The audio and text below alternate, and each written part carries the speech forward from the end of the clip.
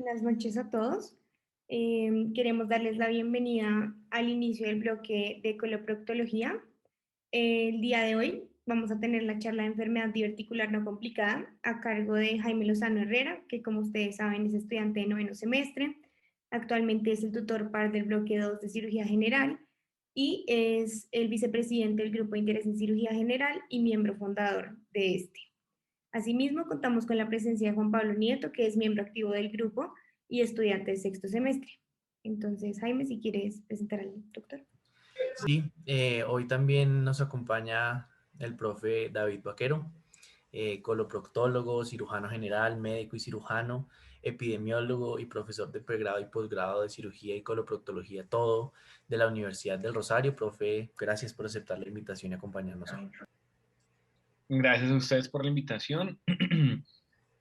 Por favor, metan la mano, nunca, jamás hay preguntas tontas, pregunten todo lo que quieran y que el espacio sea rico para todos. Gracias por invitarme. Gracias, profe. Listo. Entonces, en pro de que sea constante la charla y no hayan como intermitencias, Juan Pablo y yo vamos a apagar la cámara y hablar pues a partir del micrófono.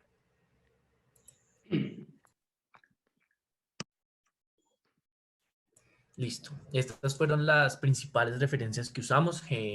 Generalmente, dependiendo de cada una de las zonas, tienen unos consensos puntuales. La más importante va a ser, digamos que la Sociedad Europea de Coloproctología tienen un consenso bastante reciente, que es, digamos, del 2020.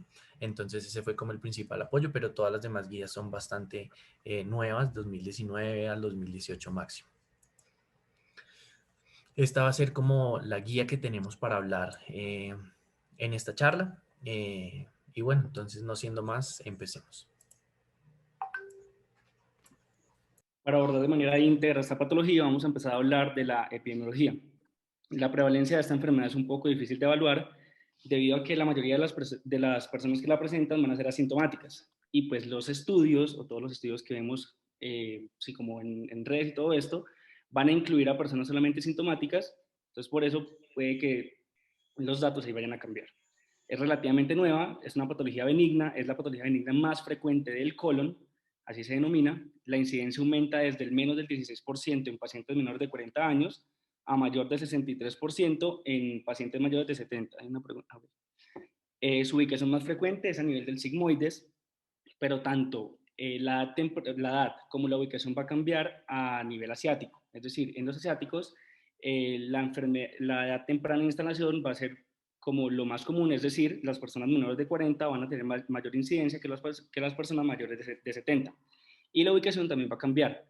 No va a ser a nivel del sigmoides, sino que va a ser a nivel del colon ascendente. ¿Esto qué nos va a sugerir? Nos va a sugerir que va a ser ya más una base genética en el desarrollo de la enfermedad en los asiáticos. La historia natural de la enfermedad va a desglosarse de la siguiente manera. Asintomática, más del 70% de las personas, que evoluciona a diverticulitis entre el 15 y el 25 y que se asocia a sangrado el 5%.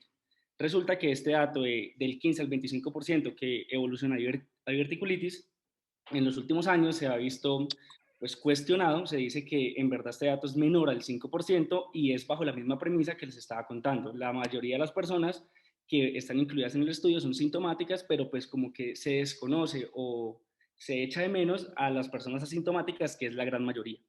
Hay una mayor prevalencia en países desarrollados. En términos generales, se diagnostican aproximadamente 2 millones de casos al año.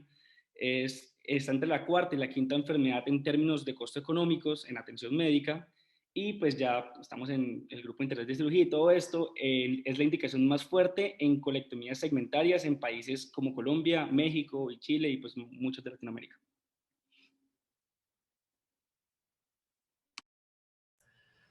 Listo.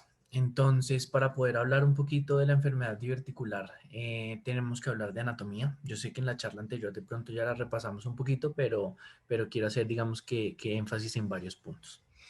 Inicialmente, entonces, podemos hablar de la histología como tal del colon. Hablamos de 4 capas, un espacio o 5 capas, dependiendo de la literatura a la que nos, digamos, estemos referenciando. Inicialmente entonces de forma exterior tenemos a la serosa, que es esta capa o esta envoltura de peritoneo visceral. Después tenemos 2 capas musculares, la capa longitudinal y circular, y digamos que la capa de mucosa. El siguiente espacio, la siguiente capa, la describen como un espacio porque se encuentran entonces las criptas del Lieberkühn y los nodulillos linfáticos agregados. De ahí en adelante, entonces, podemos hablar de que todo el colon va a tener este corte histológico, y a topografía, digamos, ya macroscópica, vamos a hablar de varias partes. Primero, entonces, dependiendo también de la literatura, se divide en 3 porciones: porción ascendente, porción transversa y porción descendente. O hay otras literaturas un poquito más antiguas que hablan de colon derecho y colon izquierdo.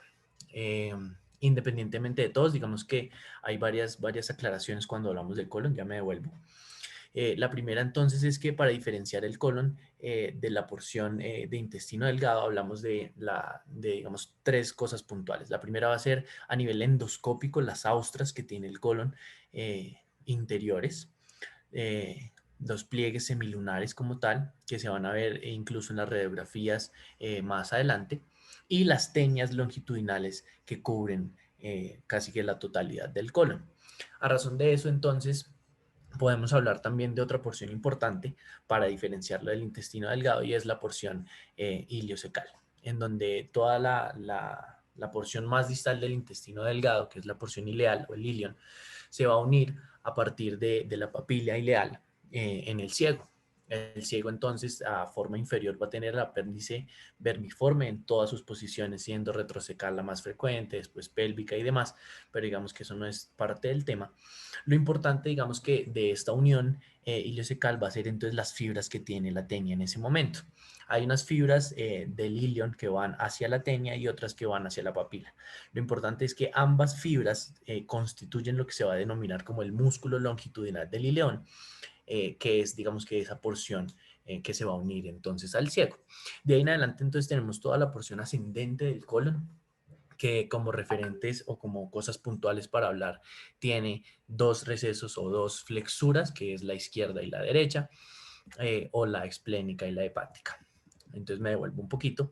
Aquí se ve entonces el colon transverso con sus austras, con su tenia. Se ve entonces importante también aclarar la división que tiene, o digamos que la relación anatómica que tiene con cada uno de los mesos, con el mesocolon y con el mesenterio, o el meso del duodeno y todo el intestino delgado. Y más adelante vamos a hablar un poquito de los vasos y la irrigación venosa también. Entonces, seguimos hablando, digamos que ya llegamos a la parte de la irrigación. Toda la irrigación colónica parte entonces de 2 de las 3 ramas impares de la aorta abdominal, siendo la primera entonces el tronco celíaco. Posterior viene la arteria mesentérica superior, que aquí la vemos, tiene relación y digamos que irriga gran parte del intestino delgado, y tiene 3 ramas puntuales cuando hablamos de irrigación colónica: la rama de la arteria cólica media, la rama de la arteria cólica derecha y la rama iliocólica o la arteria iliocólica, que se divide pues en rama cólica y en rama ileal. De ahí, digamos que pues tenemos toda la irrigación ascendente, toda la irrigación transversa, y de la porción o de la rama, la tercera rama impar, que es la arteria mesentérica inferior, vamos a tener la irrigación colónica descendente, sigmoidea, y de toda la porción del recto y demás. Entonces, eso es como un referente anatómico importante. La arteria mesentérica superior sí tiene relación, por ejemplo, con el intestino delgado, a diferencia de la mesentérica inferior, que es solo la porción colónica sigmoidea y rectal. Cuando hablamos del drenaje venoso, es un poquito más fácil entender el drenaje venoso cuando vimos la porción arterial. También consta de una porción mesentérica superior y mesentérica inferior, vena mesentérica superior y vena mesentérica inferior. Y digamos que cada una de las ramas, por ejemplo, la iliocecal, la cólica derecha o la cólica media, también van a estar acompañadas de una vena. Lo importante aquí para diferenciar entre el drenaje venoso y el drenaje o la irrigación arterial es, digamos, que este receso que va a ser la vena mesentérica inferior. La vena mesentérica inferior va a desprenderse de una rama puntual que es la vena esplénica, que viene, digamos, de este gran tronco que es el tronco, digamos, de la porta hepática. La porta hepática entonces va a dar la mesentérica superior, va a dar la esplénica, y de la esplénica ahí sí va a salir la vena mesentérica inferior, con sus drenajes muy parecidos y muy relacionados a lo que hablábamos de la irrigación arterial. Entonces, eso es un poquito, digamos que a grandes rasgos de la anatomía. Otra cosa importante para hablar de anatomía es que la porción sigmoides y de ahí en adelante, por lo menos en la luz del sigmoides, es un poquito más estrecho, de modo que la patología diverticular y varias patologías es mucho más fácil que obstruyan la luz en esa zona versus en la porción ascendente o transversa.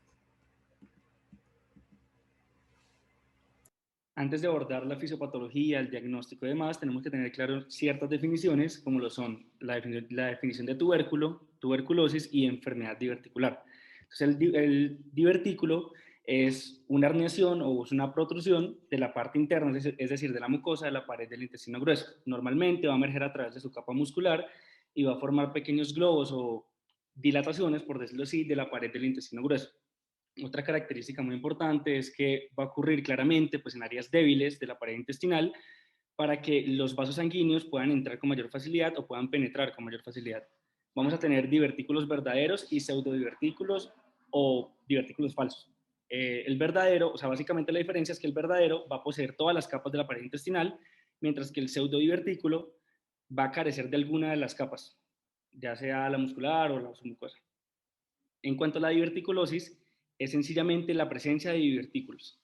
Esa es la única definición que hay y es muy importante saber que no toda diverticulosis engloba o está dentro de la definición de enfermedad diverticular. Para que una diverticulosis tenga que estar dentro de esta definición, tiene que ser una diverticulosis que sea sintomática y pues normalmente va a ser no complicada, porque si es complicada ya va a ser diverticulitis. Entonces acá vamos a definir enfermedad diverticular, que va a englobar estas dos situaciones. Enfermedad diverticular no complicada, que va a ser la presencia de divertículos más dolor y distensión abdominal. Se va a definir con la presencia de este dolor, pero sin otra causa evidente o sin otra complicación, sin ninguna complicación que me genere un tipo de respuesta inflamatoria, porque al momento de que me genere un tipo de respuesta inflamatoria, cualquiera que sea, ya la vamos a definir como diverticulitis. Entonces acá ahora la definición de diverticulitis va a ser todo lo que me genere un tipo de respuesta inflamatoria a causa de qué? De un divertículo. También es importante resaltar que en algunas guías nos van a nombrar una tercera situación, que bueno, en verdad acá vendría siendo una primera situación, que es el estado prediverticular. Entonces se caracteriza por un engrosamiento y acortamiento de la pared del colon, pero sin divertículos reconocibles. Siguiente. En cuanto a la fisiopatología, va a ser una fisiopatología multifactorial donde nos vamos a centrar mucho en el aumento de la presión intracolónica. Hay un proceso llamado segmentación, que este proceso llamado segmentación va a consistir en fuertes contracciones musculares que me van a servir básicamente para o hacer avanzar el contenido luminal o hacer detener este. Y pues este va a ser directamente proporcional a la presión intracolónica, es decir, si voy a tener un aumento de este, voy a tener una segmentación como exagerada, muchas. Al momento de tener mucha segmentación, me va a provocar una oclusión de ambos extremos y al momento de ocluir ambos extremos, me va a aumentar una presión dentro de esta. Entonces es muy importante reconocer esta porque las siguientes todas me van a generar algo muy similar. Entonces la motilidad colónica, es decir, la alteración de esta motilidad colónica, también nos va a explicar uno de los factores de riesgo que es la edad. ¿Por qué? Porque la degeneración neural va a alterar el peristaltismo va a generar un aumento de la presión intracolónica y esto progresivamente me va a generar una hipertrofia de la capa muscular. O sea, a medida que la persona va envejeciendo, pues por la degeneración neural, el peristaltismo se va a ver afectado. Siempre que el peristaltismo se va afectado, se va a ver afectada la presión intracolónica. Ahora, tercero, alteración en la microbiota se va a dar a consecuencia de la astasia fecal. La astasia fecal es cuando tenemos la materia fecal seca y dura y que pues no puede salir, está como ahí atrapada en el colon. Entonces esto me va a producir una disbiosis que pues es un desequilibrio de esta microbiota. Con esto me va a producir también un sobrecrecimiento bacteriano y pues me va a llevar a cabo una inflamación crónica. En cuanto a los cambios en el tejido conectivo, los cambios se van a dar básicamente a nivel de la elastina y de la disminución de la expresión de colágeno tipo 3. Tanto la elastina como el colágeno tipo 3 van a ser ayuda o van a ser los principales componentes de la resistencia de las paredes transluminales. Al momento de que haya una pérdida de estas, pues va a haber una pérdida de la resistencia de estas paredes, lo que me va a facilitar o lo que va a ser un factor de riesgo para formaciones de divertículos. En cuanto a la dieta y la genética, la dieta me va a disminuir el riesgo, pues una buena dieta me va a disminuir el riesgo de contraer divertículos, una dieta rica en fibra, porque la fibra me va a favorecer los movimientos peristálticos. Y otra vez vamos a lo mismo, Si me favorece los movimientos peristálticos, me va a favorecer el tránsito intestinal y con esto me va a disminuir ¿qué? La presión intracolónica. También se data de que hay algunos alimentos que por ser pobremente digeridos van a poder ubicarse dentro de los divertículos y van a causar traumas, microperforaciones, isquemia y demás. Pero bueno, esto ya es algo más como tirándonos a las complicaciones. Y en cuanto a la genética va a ir muy de la mano con los cambios en el tejido conectivo, porque primero, aunque se sabe que es una enfermedad, una patología multifactorial, van a haber algunos factores genéticos que pues me van a contribuir al desarrollo de esto, sobre todo enfermedades genéticas relacionadas a alteraciones en el tejido conectivo. Por ejemplo, el síndrome de Williams, que voy a tener cambios tanto en la elastina como en el colágeno tipo 3. Listo. Para hablar un poquito sobre las manifestaciones clínicas, tenemos que hacer varias aclaraciones. La primera entonces es que no hay un cuadro típico de la patología diverticular característica, no hay signos o síntomas patognomónicos de la patología diverticular. Y las siguientes aclaraciones son como la división que hacen en las guías de qué es un divertículo, cuándo es diverticulitis y cuándo no.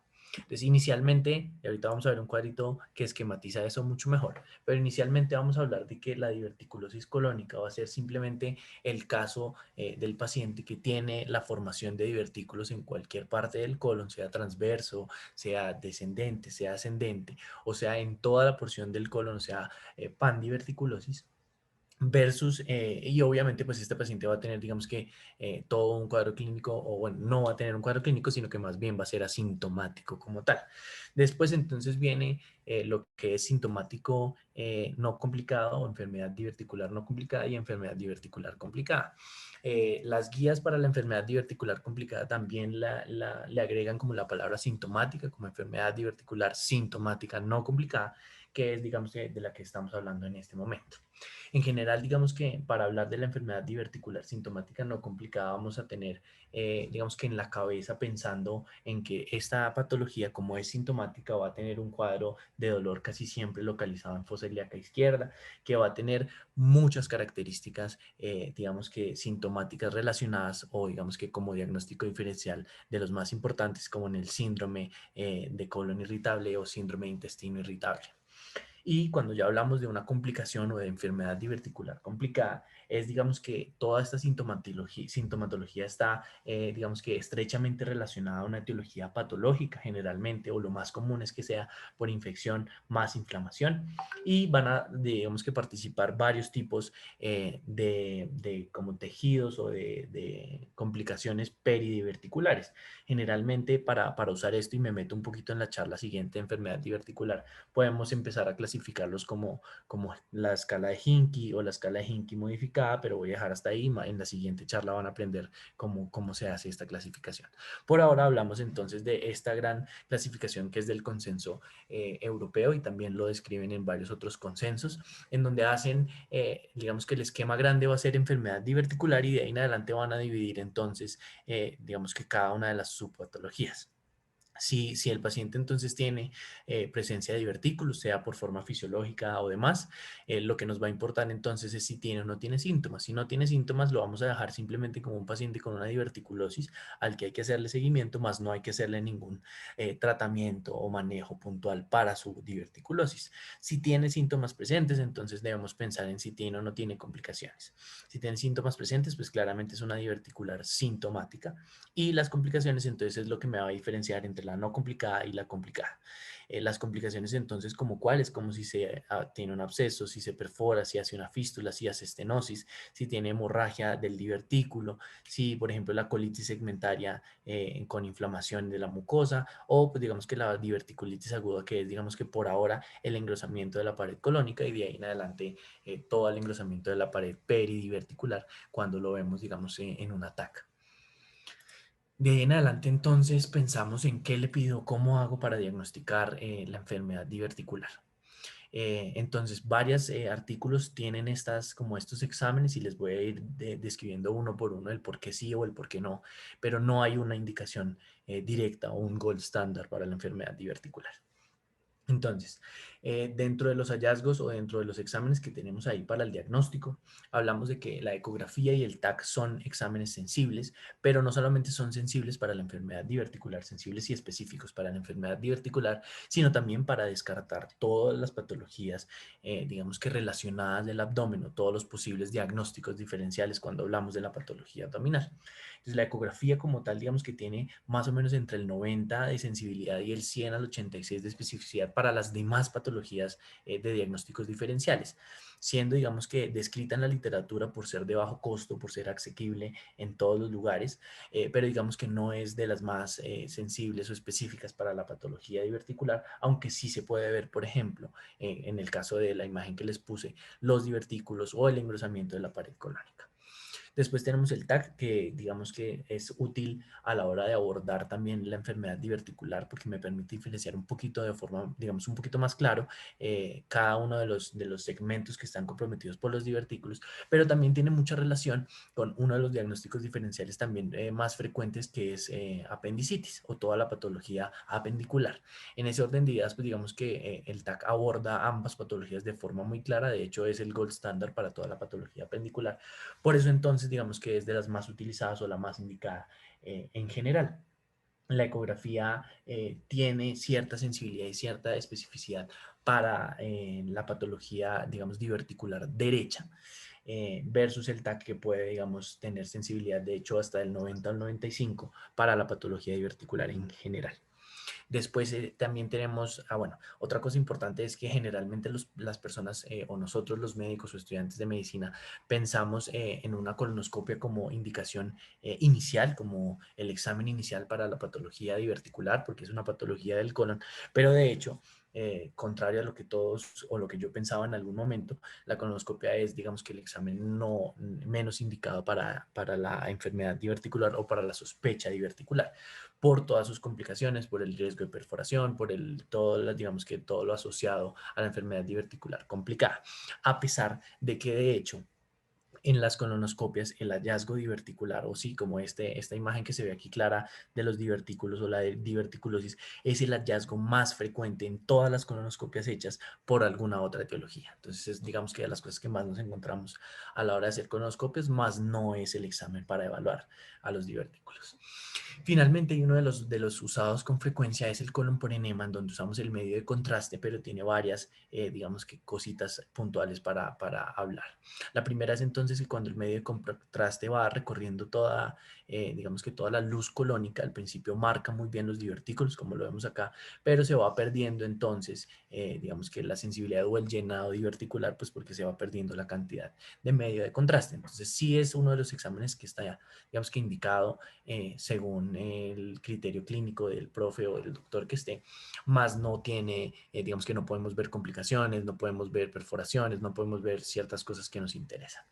Y la resonancia magnética la traigo a colación porque hay un estudio frecuente, más o menos del 2017, si no estoy mal, en donde hacen una corte más o menos como de 3.000, 4.000 pacientes, algo así, y todos los pacientes que tenían enfermedad diverticular derecha fueron diagnosticados a través de la resonancia magnética. No hubo ninguno que se quedara sin diagnosticar. Entonces, digamos que es otra de las opciones que tenemos. También la podemos usar en ciertos casos específicos, pero pues por ahora digamos que no hay una respuesta correcta de qué mando primero o qué mando después. Importante cuanto a la clínica como tal, lo que les he venido diciendo, que está muy relacionado con el síndrome de intestino irritable. Entonces la clínica va a ser muy confusa. De hecho, hay como diagnósticos diferenciales, enfermedad de Crohn o infartos epiploicos, entre otros.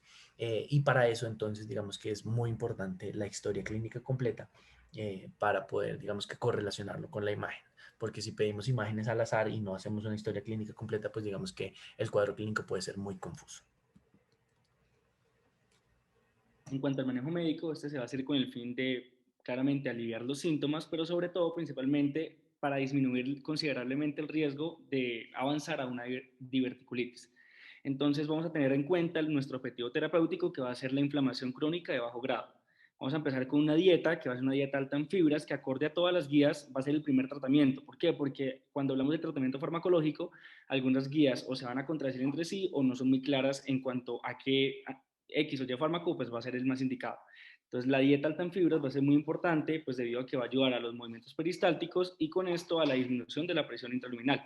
También buenos hábitos como pues alimentos ricos en fibra, ejercicio, porque el ejercicio, por ejemplo, la grasa visceral se ha visto muy comprometida en pues, ser un factor de riesgo para formación de divertículos. La mesalazina va a actuarme como proinflamatorio y como antioxidante, como proinflamatorio, como inhibiendo esta cascada proinflamatoria, que bueno, o sea, la mesalazina va a actuar como antiinflamatorio y antioxidante. Okay. Entonces, va a actuar como antioxidante, inhibiendo la cascada proinflamatoria y como antioxidante, inhibiendo la interleuquina 1 y los radicales libres. Es muy importante en la mesalazina saber que en los últimos estudios, que fueron del año pasado, del 2020, de mayo del 2020, de la Asociación Americana, se vio que en todos los pacientes había una mejoría en la calidad de vida y un menor uso de fármacos adicionales para otros síntomas, pero nunca fue superior al placebo en el tratamiento del dolor abdominal. Y pues ya sabemos que el dolor abdominal va a ser uno de los principales síntomas, entonces por eso pues como que no está tan indicada para el tratar los síntomas, pero en cuanto a prevenir la progresión a diverticulitis, sí se encontró muy buena eficacia, entonces por eso pues es que se las nombro en este caso. Los probióticos van a aumentar la actividad del sistema inmune, van a inhibir la liberación de citoquinas proinflamatorias y van a estimular las antiinflamatorias, es decir, me va a controlar la inflamación y con esto me va a controlar los síntomas del paciente, también reportando una mejoría en la calidad de vida de este. En cuanto a los antibióticos, la rifaximina pues, es la principal, es un antibiótico derivado de la rifampicina. El mecanismo de acción es inhibir la síntesis del ARN bacteriano, específicamente la ARN polimerasa. Y pues, ¿qué va a hacer con esto? Pues va a dificultar la multiplicación del agente infeccioso. El crecimiento bacteriano pues va a disminuir y con esto pues en teoría se supondría que debería ayudar tanto a los síntomas como a la progresión. Pero pues como en esta charla estamos hablando de enfermedad diverticular no complicada, hay que ser muy claros en decir que no se requieren antibióticos en enfermedad diverticular no complicada. Estos se van a reservar para pacientes o con sepsis o normalmente con compromiso inmunológico o cualquier paciente que pues me vaya a hacer una activación del sistema pues como de inflamación, pero pues en este caso no se debería dar. Finalmente hablábamos entonces, antes de hablar de las complicaciones del manejo quirúrgico, en general la mayoría de guías y consensos hablan de que el tratamiento quirúrgico electivo en la enfermedad diverticular solo tiene indicaciones ante las complicaciones como fístulas o estenosis cicatrizal o entre muchas otras cosas, pero hubo una guía que no es, digamos que vieja, es bastante reciente, del 2018, que es la que pongo ahí como imagen, en donde describen que pacientes, por ejemplo, con sintomatologías o con uno o más episodios diverticulares sin complicaciones, con sintomatología persistente que no resuelve a partir del manejo médico o inflamación del sigmoides, pueden ser candidatos posibles a una cirugía electiva. Digamos que en estas guías establecen que esa información es en niveles de evidencia grado C o grado 3, de modo que no es un nivel de evidencia lo suficientemente alto para considerarlo, de modo que nos deberíamos quedar entonces con que el manejo quirúrgico no va a estar indicado en la enfermedad diverticular no complicada. Al igual que en el tratamiento quirúrgico, pues con las complicaciones va a ser igual. Al momento de pues, que haya una complicación, ya va a dejar de ser claramente una enfermedad diverticular no complicada. En términos generales, las complicaciones son todo lo que me vaya a generar, como lo ven en el centro, una respuesta inflamatoria sistémica. Vamos a tener el sangrado, la hemorragia, que la hemorragia por enfermedad diverticular es una de las cosas más comunes de sangrado digestivo bajo masivo. Es el responsable porque a medida que el divertículo se va herniando, los vasos pues lo van a penetrar. ¿Por qué? Pues porque estos vasos van a quedar expuestos a diferentes tipos de lesiones y pues si un vaso se me va a lesionar, pues me va a generar una hemorragia. En cuanto a la obstrucción, vamos a tener que, van a haber dos, parcial o total, pero pues la total va a ser muy rara, se data como menos de 1% de los casos. En cambio la parcial pues es más común, se va a dar por el resultado de la combinación entre el edema, el espasmo intestinal y pues todos los cambios inflamatorios crónicos. Estos tres factores se unen y pues me van a generar una obstrucción. En cuanto al absceso y la fístula, pues van a ir de la mano debido a que el absceso pues va a ser la formación del absceso dependiendo de los tejidos pericólicos, es decir, los tejidos pericólicos van a tener una capacidad de controlar la diseminación del proceso inflamatorio. A medida de que estos tejidos van perdiendo esa capacidad, pues la formación del absceso se me va a hacer mucho más fácil y cuando se forma ese absceso se me puede descomprimir espontáneamente. Al momento que se descomprime espontáneamente se me va a formar una fístula Y esta fístula normalmente va a perforar una víscera adyacente. Por ejemplo, en la foto de la derecha arriba van a ver que ahí está, digamos, perforando la vejiga. Y por último, la perforación, pues la perforación va a ser la complicación más letal de todas, afortunadamente es muy infrecuente, normalmente se da en pacientes inmunocomprometidos y va a requerir siempre una intervención quirúrgica de emergencia. Y listo.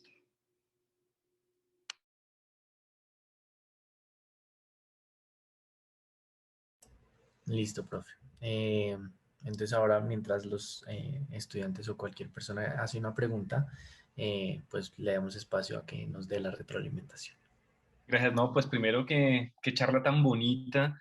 Yo me siento como súper contento hoy de estar en este espacio. Por primera vez me gustaría estar en todos porque me parece increíble, no sé, como la organización de todo lo que han creado de ustedes para ustedes. Me parece increíble, qué iniciativa tan bonita. Espero que de todos ustedes hayan muchos cirujanos al futuro, porque de verdad a todos los aplaudo. Estar aquí, no sé, ve, y si no hubiera pandemia, ¿estarían aquí? Yo espero que sí. Nada, ustedes, nosotros y Jaime me ha visto en la consulta cuando los pacientes me preguntan, porque es un hallazgo completamente frecuente. Uno hace una colonoscopia y encuentra muchos divertículos y los pacientes, por supuesto, se preguntan de esos dos hallazgos que siempre están en los informes y ustedes los invito a que vean.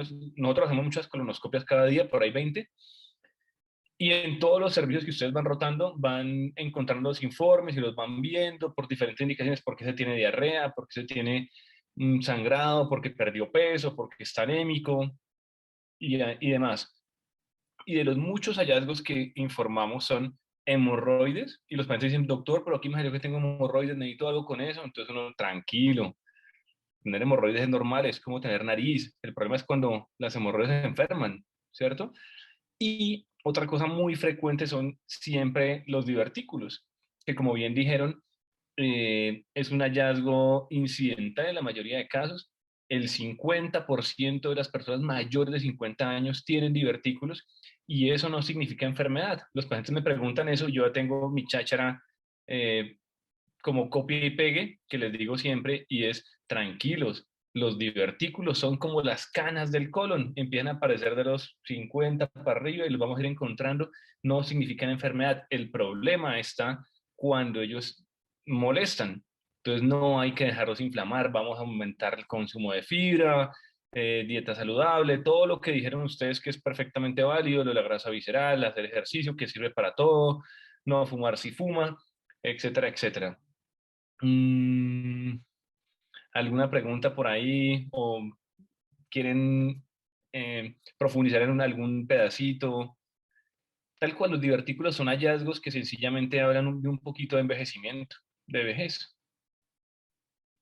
Espero que algunas veces algo más, pero no nos preocupan.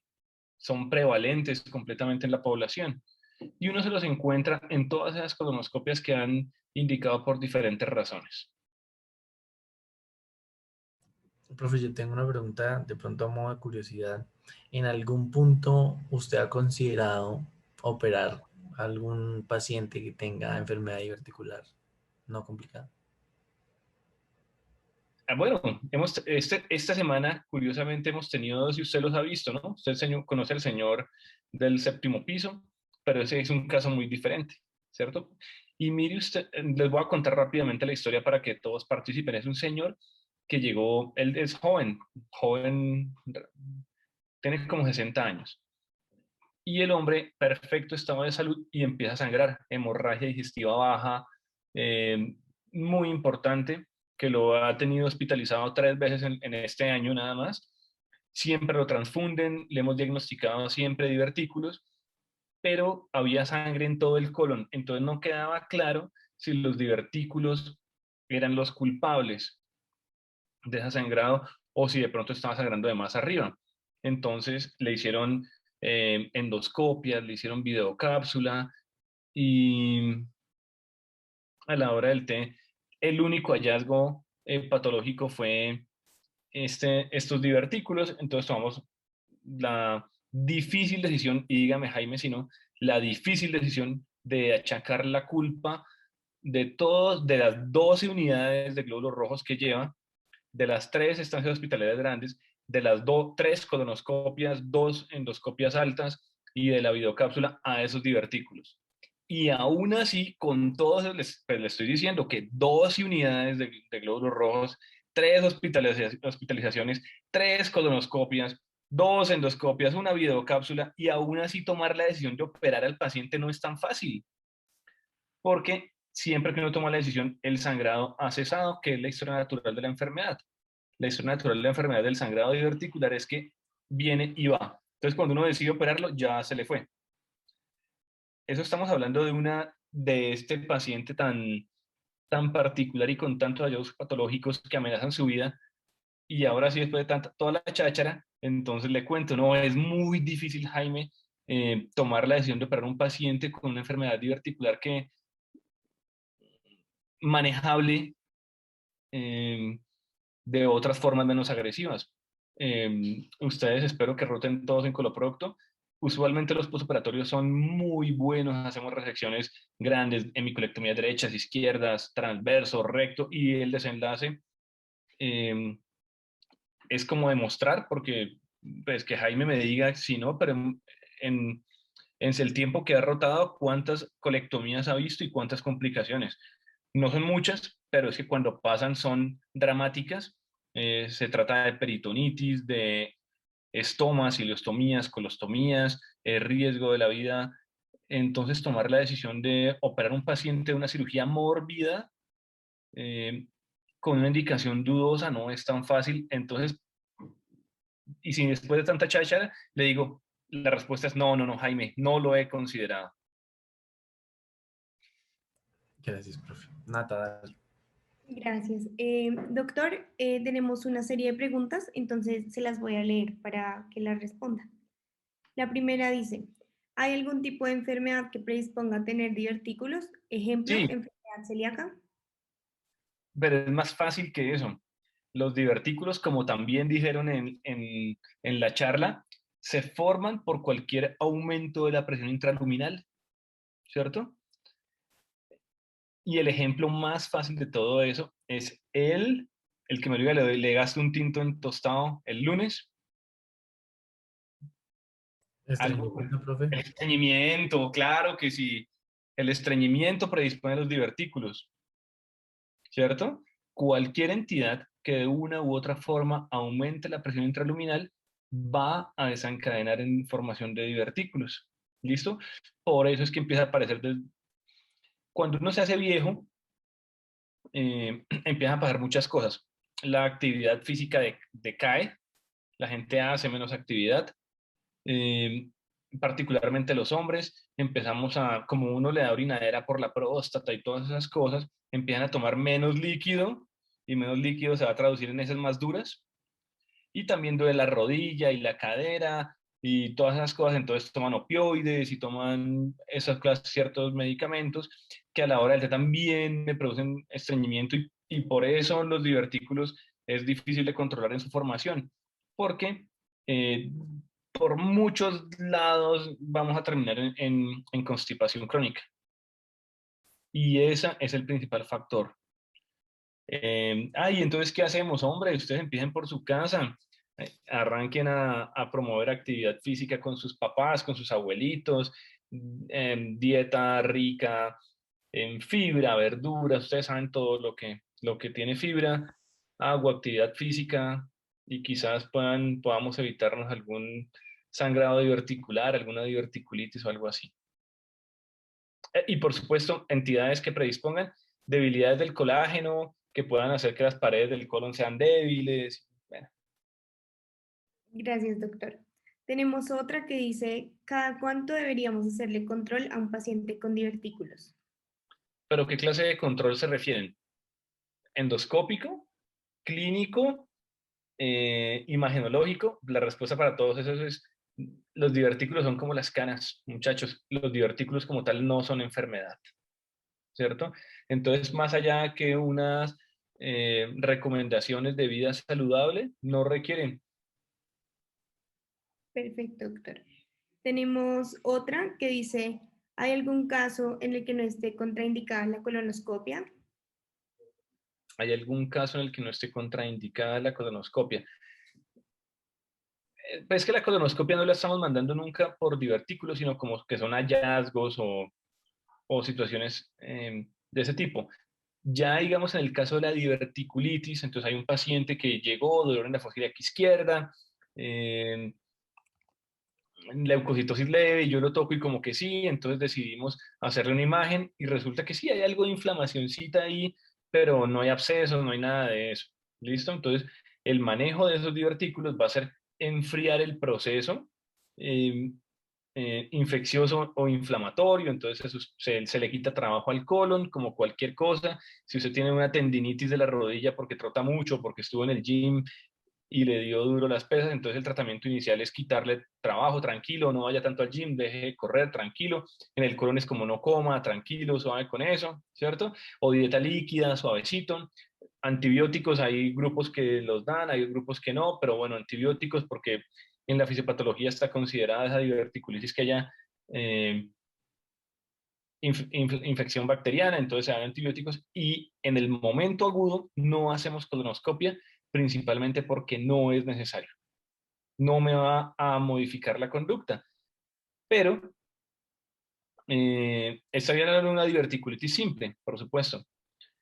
Pero una vez se resuelva el proceso eh, infeccioso, inflamatorio, y que hago la diferencia de los dos porque hay quienes dicen que siempre es infeccioso, hay quienes dicen que no y ni siquiera le dan antibiótico.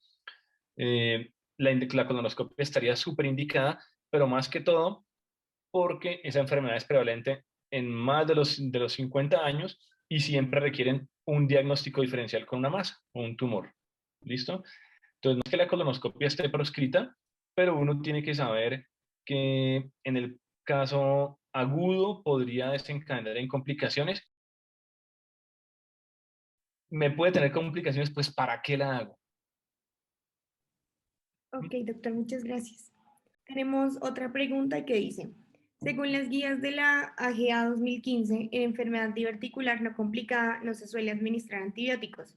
Sin embargo, dicen que se debe administrar selectivamente a los pacientes según la pericia del médico y la condición del paciente. ¿Cuál es la indicación en este caso? Es una buena pregunta y me gusta que lean. Esa es la Asociación Americana de Gastroenterólogos y es justo lo que les estaba diciendo. Hay grupos que dicen, no, no, no, esto es inflamación, tranquilos, eso no, una inflamación que no... antibióticos porque en estudios que hicieron de pacientes llevados a colectomías como con indicaciones erradas, como que, ay, no le dolía, debe ser un tumor o algo así, y resecaban eso y hacían cortes de la pared, no habían bacterias, o habían pues las bacterias usuales esperadas en cualquier persona.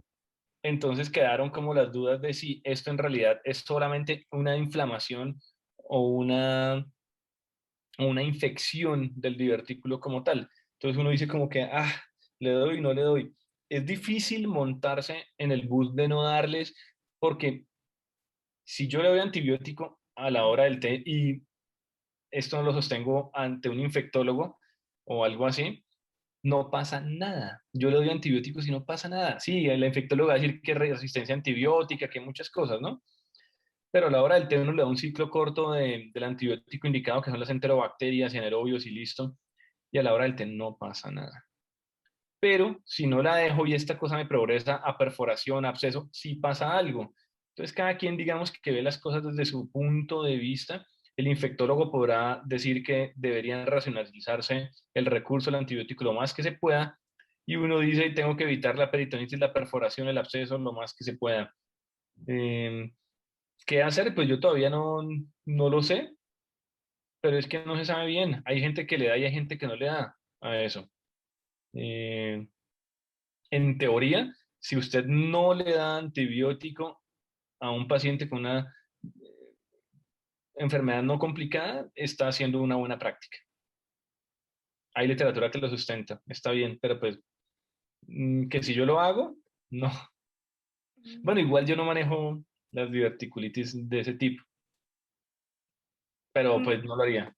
Una pregunta, es que según la guía americana dice que cuando un paciente se recupera de una diverticulitis no complicada y pues está asintomático, no, como que no se requiere una colonoscopía como para comprobar que se recuperó, pero los europeos dicen que sí se debe hacer. ¿Ustedes la hacen o no la hacen? O sea, como una... Pero por otra razón, normalmente. O sea, sí, la enfermedad, por un lado, la enfermedad diverticular no complicada no debería dejar secuelas. ¿Mm? No debería dejar secuelas. ¿Cuáles son las secuelas esperables? Enteropatía perdedora de proteínas, y es que el colon se vuelve una pared lisa y toda rara y produce diarreas y la persona pierde proteínas todo el tiempo. Estenosis, que por la inflamación, cualquier cosa que se inflama podría llegar a generar alguna clase de estenosis, ¿cierto? Alguna angulación que podría verse en la colonoscopia, esas angulaciones pueden generar mecánicamente procesos obstructivos, eh, y creo que ya. Pero más allá de eso, el paciente, nuestros pacientes al menos no tienen un adecuado tamizaje de cáncer colorectal. Y siempre estos episodios agudos de dolor abdominal al cual le achacamos la consulta, la culpa al colon, usted debería, de cierta forma, descartar una patología orgánica estructural, es decir, masas, tumores, cáncer. Entonces, si yo estoy por ahí y le hice una colonoscopia a un señor de 55, la colonoscopia normal, le vi sus divertículos, tranquilo, y el señor curiosamente me llega a los 2 meses, ¿m? Y tiene una enfermedad diverticular no complicada y lo manejamos favorablemente y se recupera y clínicamente está perfecto, pues ese hombre no necesita una colonoscopia para saber que está bien porque clínicamente está bien. Pero me llega el mismo señor, bueno, el mismo no, un señor muy parecido, también de 55 años, que nunca ha tenido una colonoscopia y tiene ese dolorcito y se recupera y yo le tengo mi consulta, pues por supuesto que tengo que hacer una colonoscopia porque tengo que saber que todo su colon está bien. No solamente por sus divertículos, sino porque, la prevalencia de pólipos colorectales en el mayor de 50 años es de, ustedes saben, del 25%, los tumores del 6 al 8%, entonces, pues tiene indicaciones de colonoscopia independientemente de su episodio agudo de enfermedad diverticular. Muchas gracias, doctor. Tenemos otra pregunta que dice, ¿por qué se da la asociación entre la enfermedad diverticular y los desórdenes de tejido, como el del síndrome de Marfan o síndrome de Ehlers-Danlos? Entonces, en esta me especifican que si de pronto usted podría hacer el favor de ahondar un poquito en la fisiopatología o explicar un poquito más del tema. Claro, fácil. Pero eso ya lo dijeron. Si ustedes se acuerdan, por el meso del colon van los vasos sanguíneos, ¿cierto? Y esos vasitos sanguíneos rodean la serosa del colon y en ciertos puntos perforan la serosa, después de la serosa subserosa, la muscular y llegan hasta la submucosa. A la mucosa no llegan. La mucosa es un tejido que no tiene vasos sanguíneos, pero han perforado hasta a la pared, los vasitos sanguíneos que van a nutrir la pared. ¿Listo? Entonces, desórdenes del colágeno hacen que este colágeno sea muy débil y en el sitio donde se perforó, ahí mismo, a raíz de la debilidad y de la presión intraluminal de la cual ya hablamos, puede hacer que la mucosa que está dentro de la pared empiece a quererse herniar a través de la pared. Por eso los divertículos no son unos reales divertículos, eso lo saben todos, ¿cierto? Los divertículos reales deberían tener todas las paredes es decir, deberían tener la serosa, subserosa, muscular propia en sus dos capas que ustedes dijeron, eh, submucosa y mucosa. ¿Como cuál? ¿Como cuál? Jaime, ¿como cuál? ¿Cuáles divertículos los tiene todos? ¿Cómo cuál divertículo los tiene todos? Claro, el divertículo más famoso que existe. ¿El de Pues Meckel, el doctor? biológico, el de Meckel. Claro, el divertículo de Meckel tiene todas las capas del intestino, por eso es un divertículo verdadero. Pero estos en realidad son divertículos y lo único que tienen es mucosa que se ha herniado a través del huequito que dejó el vaso sanguíneo que perforaba la pared para poder irrigar todas las paredes. Entonces estas personas con esa hiperelasticidad o estas alteraciones de un colágeno débil son débiles y cualquier pujito o aumento de la presión intraluminal con cualquier valsalva hacen que se hernien. ¿Listo? Que es la misma fisiopatología de todos, pero pues que en ellos es muchísimo más evidente por su alteración del colágeno. Gracias, doctor. Tenemos otra pregunta que dice, Me estoy acordando del meme del miquito que dice, ay no. doctor, la pregunta dice, ¿cómo se comparan los desenlaces entre la anastomosis primaria versus el de Hartmann? Es una buena pregunta. Excelente. Va otra charla que es la enfermedad diverticular que sí operamos, pero la contesto. Los desenlaces es muy interesante porque es cirujano dependiente y centro dependiente. Ser cirujano general no es tan fácil porque uno maneja en la mañana una hernia encarcelada, entonces al ratico hace una colelap, al ratico se hace alguna laparotomía por bridas y después quieren que además opere un divertículo, una diverticulitis con absceso y todo eso. Y lo que sucede es obvio, es como mis ejemplos siempre van al fútbol. ¿Qué tal? ¿Cómo sería un jugador de fútbol que por la mañana es arquero, por la tarde defensa y el partido de mañana es delantero? No, parece que no es tan fácil. Sí, sí, chévere ese jugador que puede estar en todas las posiciones, pero quizás es más efectivo alguien que se especializa en una sola área. ¿Listo? ¿Y Gracias, esto doctor. qué pasa? Espérate, ahí voy, para allá voy. Los estudios demuestran que si se anastomosa o no se anastomosa, el desenlace es completamente diferente, depende de quién lo haga. Si es un cirujano dedicado exclusivamente al colon o un cirujano que hace de todo. Y por supuesto, depende del volumen del centro donde se haga eso.